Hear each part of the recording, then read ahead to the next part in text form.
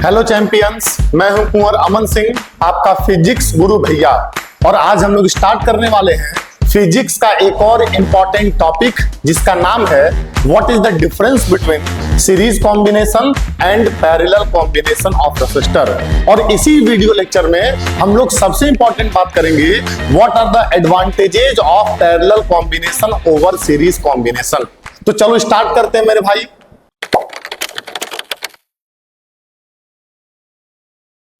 तो आ जाओ भाई, ध्यान से देखोगे हम लोग क्या पढ़ने जा रहे हैं। हम लोग ये बात करने जा रहे हैं कि सीरीज कॉम्बिनेशन और पैरेलल कॉम्बिनेशन में डिफरेंस क्या होता है, ठीक है ना। तो ध्यान से मेरी बात को समझो। देखो, सबसे पहला डिफरेंस यहाँ पे क्या लिखा गया है। अगर सीरीज कॉम्बिनेशन की बात करते हैं तो ये बोला जा रहा है टू और more resistors are connected one after another in a single path. मतलब सीरीज कॉम्बिनेशन में क्या करते हैं, हम लोग दो या दो से ज्यादा रेसिस्टर को एक के बाद एक ऐड कर देते हैं एक सिंगल पाथ में, तो सीरीज कॉम्बिनेशन बनता है। लेकिन अगर हम लोग बात करते हैं पैरेलल कॉम्बिनेशन के बारे में, तो यहां पे ये बोल रहा है टू और more resistors are connected across the same two point performing multiple branches. मतलब पैरेलल कॉम्बिनेशन में क्या होता है, दो या दो से ज्यादा रेसिस्टर को हम लोग सेम टू पॉइंट के अक्रॉस जोड़ देते हैं, जिससे मल्टीपल ब्रांच बनता है। अगर ध्यान से देखोगे तो यहां मैंने डायग्राम भी बनाया है, ठीक है ना। यहां पे देखो, अगर तुम ए से बी जा रहे हो तो यहां पे तीन रेसिस्टर हैं और ये तीनों रेसिस्टर एक के बाद एक जोड़े गए हैं और ए से बी तक जाने का केवल सिंगल पाथ है। लेकिन अगर हम पैरेलल कॉम्बिनेशन की बात करते हैं तो यहां पर अगर ध्यान से देखा जाए तो ये तीनों रेसिस्टर सेम टू पॉइंट का क्रॉस जोड़े गए हैं और यहां पे हमको मल्टीपल ब्रांचेस देखने को मिल रहा है। तो ये पहला डिफरेंस है। अब ध्यान से देखो, अगर हम लोग दूसरे डिफरेंस के बारे में बात करेंगे तो यहां पे ये लिखा गया है कि सीरीज कॉम्बिनेशन में resistors are connected end to end. मतलब एक के बाद एक रेसिस्टर क्या होते हैं, कनेक्टेड होते हैं। लेकिन अगर बात करते हैं पैरेलल कॉम्बिनेशन के बारे में तो क्या बोला जा रहा है भाई, resistors are connected side by side. मतलब साइड बाय साइड जो रेसिस्टर्स होते हैं वो आपस में कनेक्टेड होते हैं पैरेलल कॉम्बिनेशन में। क्लियर है कि नहीं। अब हम लोग बात करते हैं तीसरे डिफरेंस के बारे में। यहां पे ये बोल रहा है कि सीरीज कॉम्बिनेशन में only one path is available for the flow of current. Current के फ्लो के लिए केवल सिंगल पाथ अवेलेबल होता है, क्योंकि रास्ता एक ही है। लेकिन अगर बात करते हैं पैरेलल कॉम्बिनेशन के बारे में तो यहां पे दो या दो से ज्यादा पाथ अवेलेबल होते हैं करंट के फ्लो के लिए। यहां पे ध्यान से देखोगे, अगर ए से बी तक जाना है तो केवल एक ही पाथ अवेलेबल है और इसी एक रास्ते से जो करंट है वो फ्लो करेगा और ए से बी तक जाएगा। और इसी रास्ते में तीनों रेसिस्टर आ जाएंगे तो तीनों में इक्वल, तीनों में सेम करंट फ्लो करेगा। यहां पे आई करंट है तो यहां पर भी आई करंट फ्लो करेगा और यहां पर भी आई करंट ही फ्लो करेगा, क्योंकि पाथ एक है। लेकिन अगर बात करते हैं पैरेलल कॉम्बिनेशन के बारे में तो अगर यहां पे करंट आई आ रहा है तो यहां पे मल्टीपल पाथ अवेलेबल है। तो यहां पे जो करंट ए से बी तक जाएगा वो तीनों पाथ में डिवाइड हो जाएगा। बात समझ में आ रहा है कि नहीं। तो यहां पे पैरेलल कॉम्बिनेशन में करंट के फ्लो के लिए मल्टीपल ब्रांचेज अवेलेबल होते हैं और सीरीज कॉम्बिनेशन में सिंगल पाथ अवेलेबल होता है। क्लियर, ठीक है। अब यहां पे क्या बोल रहा है, the same current flows through every resistor because there is only one path. Series combination में केवल एक पाथ अवेलेबल है तो क्या होता है, सभी रेसिस्टर में सेम करंट फ्लो करता है। क्लियर, चलो। लेकिन अगर बात करते हैं पैरेलल कॉम्बिनेशन के बारे में तो यहां पे हमारा जो करंट होगा वो डिवाइड होगा। क्यों डिवाइड होगा भाई, क्योंकि यहां पे मल्टीपल पाथ अवेलेबल है। बात समझ में आ रहा है कि नहीं। अब ध्यान से देखो करंट हमारा डिवाइड कैसे होता है पैरेलल कॉम्बिनेशन में। देखो, ये तुम्हारे पास तीन रेसिस्टर हैं R1, R2, R3। अब यहां पे होता यह है कि जिस ब्रांच में ज्यादा वैल्यू का रेसिस्टर लगा हुआ होता है वो करंट को ज्यादा अपोज करता है तो उस ब्रांच में करंट कम आता है। और जिस ब्रांच में रेसिस्टेंस कम होगा, करंट को रोकने वाली प्रॉपर्टी कम होगी, तो उस ब्रांच में करंट क्या होगा, ज्यादा जाएगा। जैसे एग्जांपल के तौर पर अगर लिखूंगा R1 is less than R2 is less than R3, तो इसका मतलब ये सबसे छोटा R1 है तो सबसे ज्यादा करंट R1 में जाएगा I1, और सबसे बड़ा R3 है तो सबसे कम करंट R3 में जाएगा I3। समझ में आ रहा है कि नहीं। क्लियर है। अब ध्यान से देखो, देखो अगर बात करते हैं सीरीज कॉम्बिनेशन के बारे में तो यहां पे ये बोल रहा है कि जो टोटल वोल्टेज होता है ना भाई, वो डिवाइड हो जाता है। टोटल वोल्टेज सीरीज कॉम्बिनेशन में क्या हो जाता है, डिवाइड हो जाता है। यहां पे ध्यान से देखो, देखो ये R1 है, ये R2 है और ये R3 है। क्लियर है कि नहीं। तो यहां पे R1 के क्रॉस V1 पोटेंशियल ड्रॉप हो रहा है, R2 के क्रॉस V2 पोटेंशियल ड्रॉप हो रहा है और R3 के क्रॉस V3 पोटेंशियल ड्रॉप हो रहा है। अगर ये लिखा जाए कि R1 is less than R2 is less than R3 तो यहां पे सबसे बड़ा रेसिस्टर कौन सा है, R3। तो सबसे ज्यादा पोटेंशियल ड्रॉप इसी के क्रॉस होगा V3, और सबसे छोटा रेसिस्टर R1 है तो सबसे कम पोटेंशियल ड्रॉप यहां पे होगा V1। ये तुमको दिमाग में रखना है, क्लियर है कि नहीं? लेकिन अगर बात करते हैं हम लोग पैरेलल कॉम्बिनेशन के बारे में, तो यहां पे सभी रेसिस्टर के अक्रॉस सेम पोटेंशियल डिफरेंस होता है, क्योंकि सभी रेसिस्टर सेम 2 पॉइंट के अक्रॉस जुड़े हुए होते हैं। क्लियर है? अब देखो भाई, सीरीज कॉम्बिनेशन में क्या बोल रहा है, जो इक्विवेलेंट रेसिस्टेंस होता है वो सभी इंडिविजुअल रेसिस्टेंसेस का सम होता है। बात समझ में आ रहा है कि नहीं? जैसे अगर हम बात करते हैं सीरीज कॉम्बिनेशन में, तो यहां पे क्या लिखा गया भाई, यहां पे जो इक्विवेलेंट रेसिस्टेंस होगा वो किसके बराबर होगा, R1 plus R2 plus R3 के बराबर होगा। और इन तीनों में जो सबसे बड़ा होगा उससे भी बड़ा कौन सा आएगा, इफेक्टिव रेसिस्टेंस, सीरीज कॉम्बिनेशन में। लेकिन अगर पैरेलल कॉम्बिनेशन की बात करते हैं तो यहां पे जो इक्विवेलेंट रेसिस्टेंस होता है उसका रेसिप्रोकल 1/R इक्विवेलेंट किसके बराबर होगा, 1/R1 plus 1/R2 plus 1/R3। बात समझ में आ रहा है कि नहीं? तो इस केस में क्या होता है, ध्यान से मेरी बात को समझना, इन तीनों में से जो सबसे छोटा होगा, सबसे छोटा कौन है, R1। अगर ये R1 सबसे छोटा है तो जो इफेक्टिव रेसिस्टेंस आएगा वो इससे भी कम आएगा। ये खासियत होता है पैरेलल कॉम्बिनेशन का। क्लियर है कि नहीं? अब ध्यान से मेरी बात को समझो।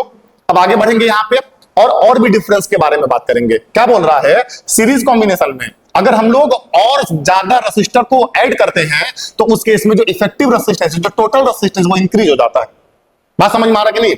जैसे ध्यान से मेरी बात को समझना, देखो अगर यहां पे एक और रेसिस्टर R4 लगा दोगे जो इन तीनों के साथ सीरीज में होगा, तो इफेक्टिव रेसिस्टेंस में R1 plus R2 plus R3 plus R4 हो जाएगा, तो बढ़ जाएगा रेसिस्टेंस। लेकिन अगर बात करते हैं पैरेलल कॉम्बिनेशन के बारे में, तो यहां पे अगर R4 नाम का एक रेसिस्टर पैरेलल में जोड़ दोगे तो इफेक्टिव रेसिस्टेंस और घट जाएगा, डिक्रीज हो जाएगा। समझ में आ रहा है कि नहीं? वही बात यहां पे लिखा भी क्या है भाई, adding more parallel branches decreases the total resistance of the circuit. Clear है? अब देखो भाई, यहां पे ये बोल रहा है सीरीज कॉम्बिनेशन में, if one resistor break the circuit becomes open and entire circuit stop working. अगर कोई एक रेसिस्टर काम करना बंद कर देता है तो उसके काम बंद करने की वजह से बाकी उस सर्किट में जितने भी रेसिस्टर लगे हुए हैं वो सब काम करना बंद कर देते हैं। एग्जांपल के तौर पे ध्यान से देखो भाई, मान लो अगर यहां पे एक बल्ब है, यहां पे एक बल्ब और यहां पे एक बल्ब, तीनों बल्ब सीरीज में है, तो अगर ये वाला बल्ब काम करना बंद कर देगा तो ये दोनों भी काम करना बंद कर देंगे, सर्किट ओपन हो जाएगा। लेकिन अगर पैरेलल की बात की जाए तो पैरेलल कॉम्बिनेशन में ऐसा नहीं होता है। अगर ये वाला बल्ब काम करना बंद कर देगा तो ये दोनों नॉर्मली काम करेंगे, उसमें कोई दिक्कत नहीं आएगी। क्लियर है कि नहीं? चलो अब ध्यान से मेरी बात को समझो भाई। देखो यहां पे क्या लिखा गया है पैरेलल में, if one branch fail the remaining branches continue to work because current can still flow through the other branches. सबको समझ में आ रहा है कि नहीं? ठीक है भाई। अब देखो सीरीज कॉम्बिनेशन में क्या बोल रहा है, bulb glow less brightly because the supply voltage is shared among them. और पैरेलल में क्या बोल रहा है भाई, each bulb glow with normal brightness because each bulb receive the full supply voltage. देखो सीरीज कॉम्बिनेशन में क्या होता है, वोल्टेज डिवाइड हो रहा है, तो वोल्टेज के डिवाइड होने की वजह से जो बल्ब है वो लेस ब्राइटली ग्लो करते हैं। लेकिन अगर पैरेलल कॉम्बिनेशन की बात करेंगे तो यहां पे जो बैटरी का वोल्टेज होता है वही वोल्टेज R1 को मिलेगा, वही वोल्टेज R2 को मिलेगा और वही वोल्टेज R3 को मिलेगा। तो तीनों को सेम वोल्टेज मिल रहा है, तो तीनों नॉर्मली ग्लो करते हैं, इक्वल ब्राइटनेस के साथ ग्लो करते हैं। बात समझ में आ रहा है कि नहीं? चलो अब ध्यान से देखो भाई, यहां पे क्या बोल रहा है, अगर सीरीज की बात करोगे तो टॉर्च सर्किट में सीरीज कॉम्बिनेशन होता है। फ्यूज को जब जोड़ते हैं लाइव वायर के साथ तो सीरीज में जोड़ते हैं, और जितने भी ओल्ड डेकोरेटिव लाइट होते हैं वो सब सीरीज में आपस में जोड़े जाते हैं। बात समझ में आ रहा है कि नहीं? जैसे दिवाली में देखोगे जो घर को सजाया जाता है उसमें जितने भी छोटे छोटे बल्ब होते हैं वो सब कैसे जुड़े हुए होते हैं, सीरीज में जुड़े हुए होते हैं भाई। लेकिन अगर बात करते हैं पैरेलल कॉम्बिनेशन के बारे में, तो जो हाउस होल्ड वायरिंग होता है, जो घर की वायरिंग होती है, पैरेलल कॉम्बिनेशन में होता है। जो सीलिंग फैन है, एलईडी बल्ब है, रेफ्रिजरेटर है, टेलीविजन है और जितने भी पावर सॉकेट हैं ये सब सीरीज में कनेक्टेड होते हैं। सबके लिए इंडिपेंडेंट स्विच होता है, सब इंडिपेंडेंटली ऑपरेट होते हैं। क्लियर है कि नहीं? अब यहां पे देखो, अगर सीरीज कॉम्बिनेशन की बात करोगे तो सीरीज कॉम्बिनेशन एक सिंपल सर्किट होता है और बहुत इजी कंस्ट्रक्शन होता है। लेकिन इसका डिफरेंस यहां पे दिया गया है। अगर हम लोग बात करते हैं पैरेलल कॉम्बिनेशन के बारे में, तो यहां पे बहुत ज्यादा कनेक्टिंग वायर्स की रिक्वायरमेंट होती है, जिससे हमारा सर्किट स्लाइटली कॉम्प्लेक्स हो जाता है। क्लियर है कि नहीं? अब देखो, अगर सीरीज की बात करोगे तो इसमें अगर एक कंपोनेंट फेल हो जाता है काम करने में तो इंटायर सर्किट काम करना बंद कर देता है, और इसका डिफरेंस यहां पे लिखा गया है। अगर पैरेलल की बात करोगे तो सभी ब्रांचेज इंडिपेंडेंटली ऑपरेट होते हैं। तो इस केस में क्या होता है भाई, अगर सभी ब्रांचेज इंडिपेंडेंटली ऑपरेट होंगे तो कोई एक ब्रांच में अगर करंट नहीं जा रहा है, अगर किसी एक ब्रांच में लगा हुआ कंपोनेंट काम करने में फेल हो गया तो बाकी सभी ब्रांचेस में लगे हुए कंपोनेंट बढ़िया तरीके से काम करेंगे। क्लियर है कि नहीं? तो ये हो गया तुम्हारा सीरीज कॉम्बिनेशन और पैरेलल कॉम्बिनेशन के बीच का डिफरेंस। ठीक है ना? चलो अब हम बात करेंगे कि पैरेलल कॉम्बिनेशन का एडवांटेज क्या होता है ओवर सीरीज कॉम्बिनेशन। ठीक है ना? तो ध्यान से देखो, सबसे पहला एडवांटेज ये है independent operation of appliances. Parallel combination में जितने भी इलेक्ट्रॉनिक डिवाइसेस होते हैं उनको हम लोग पैरेलली ऑपरेट करते हैं। बात समझ में आ रहा है कि नहीं? इंडिपेंडेंटली ऑपरेट करते हैं। क्या लिखा गया है? In a parallel combination each appliance work independently. If one appliance is switched off और get damaged the other appliances continue to work normally.